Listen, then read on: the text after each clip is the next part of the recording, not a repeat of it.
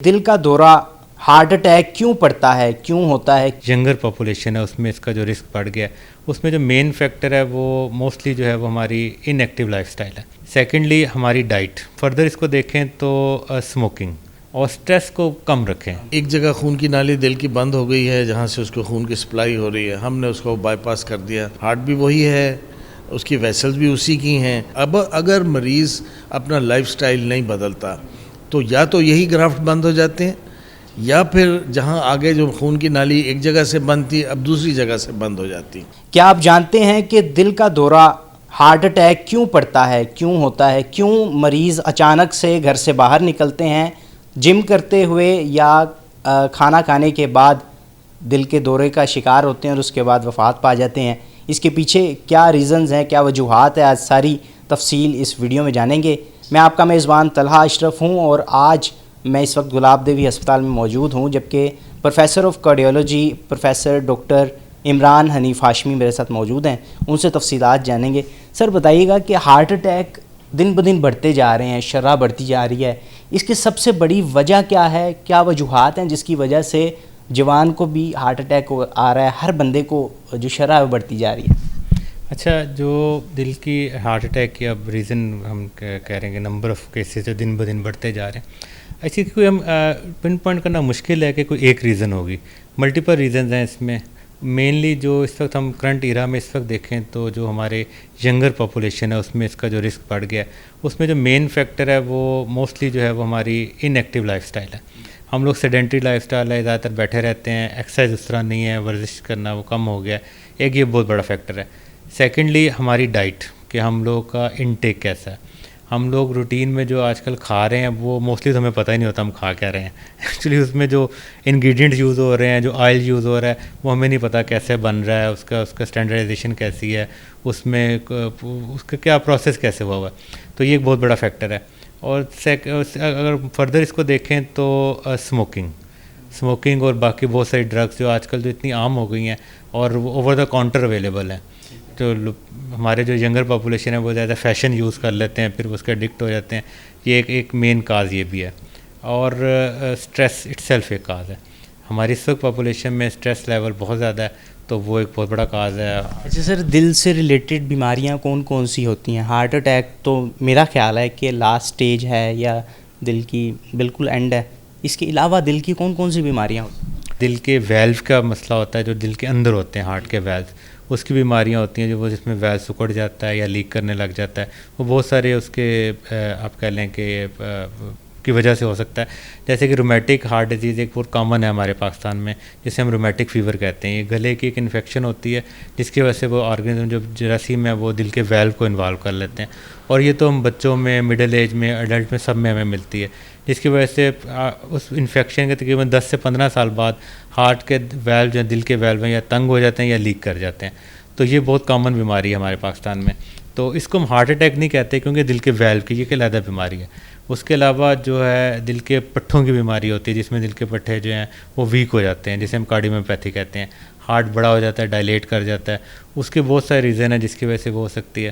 Heart attack جسے ہم عام طور پہ کہتے ہیں، یہ دل کی نالیوں کی ایکچولی بیماری ہوتی ہے، جس میں دل کی نالی کوئی بند ہو جائے، جس کی وجہ سے دل کو خون کی سپلائی اس ایریا کو ختم ہو جائے، تو اس کو ہم ہارٹ اٹیک کہتے ہیں۔ ٹھیک ہے سر، مجھے بتائیے گا کہ اکثر سننے میں آتا ہے چکنائی والی چیزیں زیادہ کھانے کی وجہ سے ایسا ہوتا ہے۔ ایک تو باہر کی جو چکنائی والی چیزیں، تلی ہوئی چیزیں، اس کے بارے میں بھی مجھے بتائیے گا وہ کتنی اس کے لیے نقصان دہ ہے، اور یہ بتائیے گھر کے اندر بھی جب ہم صاف ستھرا کھانا بناتے ہیں اور اس میں بھی گھی کا استعمال یا آئل کا استعمال زیادہ کر لیتے ہیں، کیا وہ بھی ہارٹ اٹیک کی وجہ بن سکتا ہے؟ ہاں، اچھا، اس میں دیکھیں پھر اگین یہ تو دو ڈفرینٹ ٹائپ کی چیزیں ہیں کہ چکنائیاں جو ہم کہتے ہیں وہ ایک فیکٹر ہے، اس کے علاوہ دیر ملٹیپل فیکٹر ہیں جس کی جو اس لیٹ سے اگر آپ کا انٹیک چکنائیوں کا جیسے ہم کہہ رہے ہیں چکنائیاں زیادہ ہے، تو وہ دوسری اگر جینیٹیکلی ہم پری ڈسپوز ہیں، ہمیں ہمارے جینز میں یہ چیز ہے کہ ہمیں پرابلم ہونا ہے، تو وہ پھر ایگریویٹ ہو جاتا ہے اس کی وجہ سے۔ باہر کے تو ڈیفینیٹلی ہمیں نہیں پتہ کیسے ہے، لیکن گھر میں بھی ایون کہ اگر آپ بہت زیادہ آئل اور فیٹ یوز کر رہے ہیں اور آپ کی کنزمپشن اتنی نہیں ہے، یعنی کہ انٹیک زیادہ ہے اور آپ اس کو ایگزرٹ نہیں کر رہے، تو ڈیفینیٹلی جب بھی ایکسرسائز وغیرہ نہیں کی جا رہی، اس کو کیلریز کو برن نہیں کیا جا رہا۔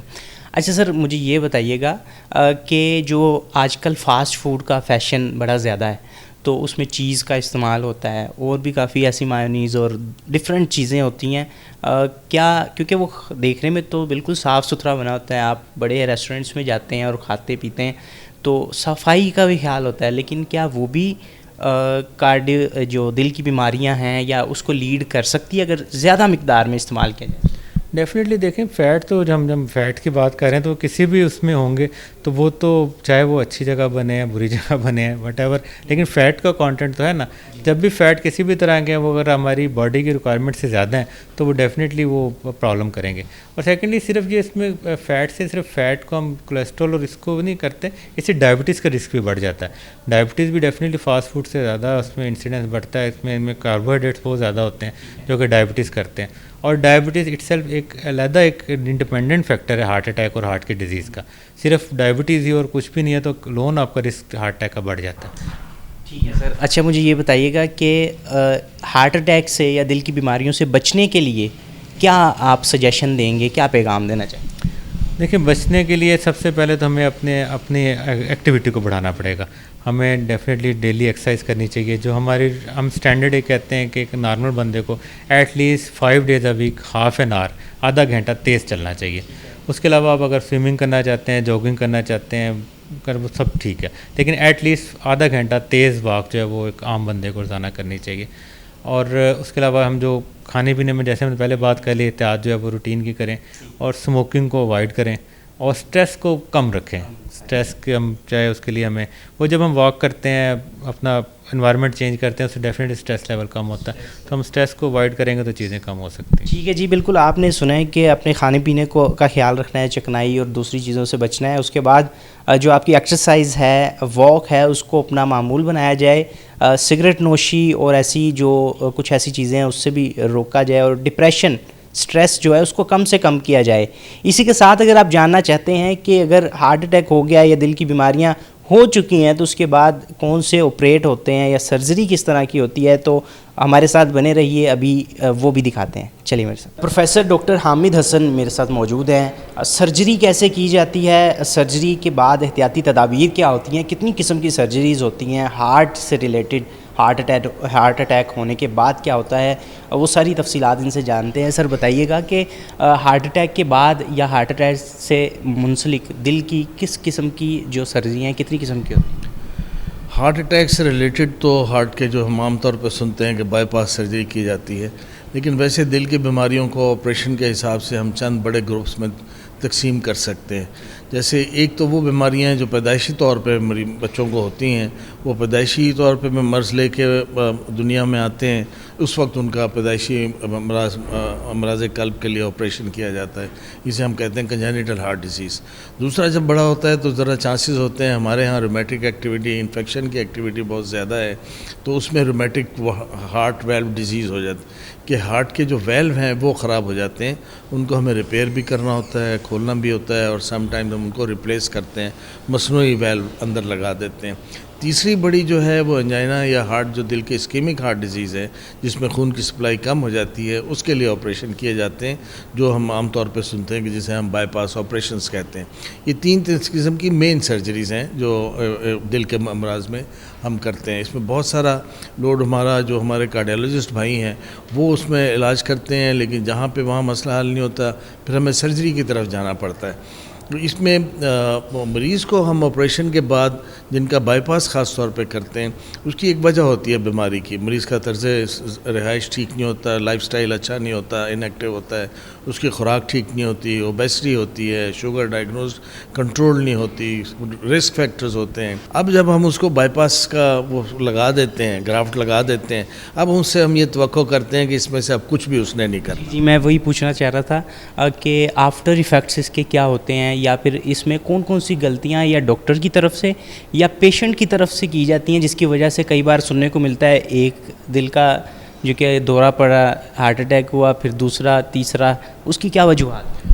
اب آپ یہ دیکھیں کہ ہوتا کیا ہے اس آپریشن میں کہ ایک جگہ خون کی نالی دل کی بند ہو گئی ہے جہاں سے اس کو خون کی سپلائی ہو رہی ہے, ہم نے اس کو بائی پاس کر دیا, ایک اور ویسل لگائی اس سے آگے پہنچا دیا. اب وہ ویسل جو ہم لگائی وہ بھی مریض کے ٹانگ سے اٹھائی یا یہاں چھاتی کے نیچے سے لی اور اس کو لگا دیا.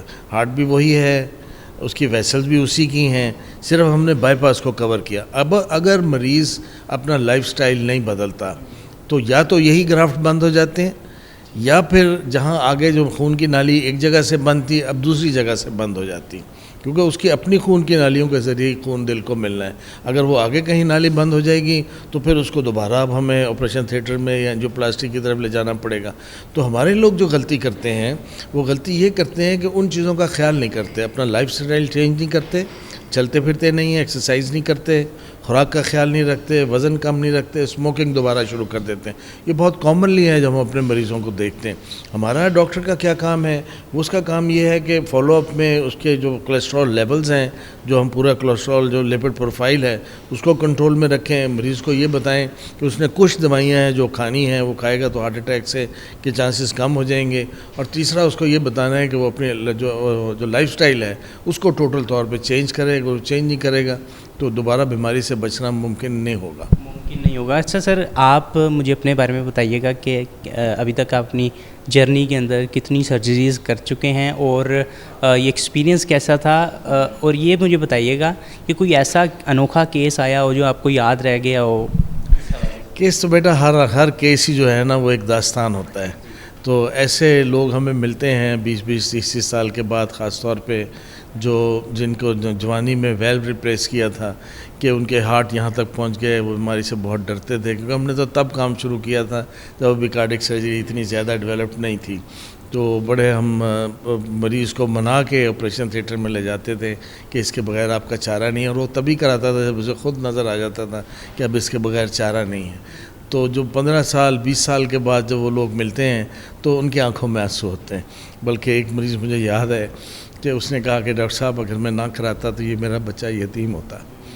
تو یہ اس قسم کی بیماری. تو اس طرح ہر مریض کا ایک پوری داستان ہوتی ہے. تو اس دوران کارڈک سرجری نے بھی بہت زیادہ ڈیولپمنٹ آئی ہے, بہت زیادہ ہمارے انسٹرومنٹ اکوپمنٹ, ہماری ایکسپرٹیز بہت بہتر ہو گئی ہے.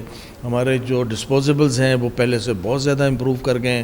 اب کمپلیکیشن کے چانسز کم ہوتے چلے جا رہے ہیں, اس طرح کلاٹس نہیں ہوتے. لمبے عرصے کے لیے ہم بائی پاس مشین پہ لے جاتے ہیں اور ہم بیٹنگ ہارٹ پہ بھی آپریشن کر لیتے ہیں.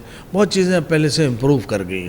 تو ہمیں بس اصل جو میسیج ہمیں جو لوگوں کو دینا چاہیے وہ دینا چاہیے کہ اگر وہ اپنا لائف سٹائل ٹھیک رکھیں, وزن کو بڑھنے نہ دیں, لپڈ پروفائل کو ٹھیک رکھیں, اسموکنگ نہ کریں اور چلنے پھرنے کی عادت ڈالیں, تو شاید یہ بیماری ان کو تنگ کرے گی ہی نہیں, یہاں تک نوبت آئے گی ہی نہیں. ہم تو یہ چاہتے ہیں کہ یہاں تک نوبت پہنچے ہی نہ کہ وہ آپریشن ٹیبل پہ جائیں. لیکن اگر ڈاکٹر یہ کہتے ہیں کہ اس کی ضرورت ہے تو پھر اس کو کروا لینا چاہیے. بالکل ٹھیک ہے, آپ نے گفتگو سنی.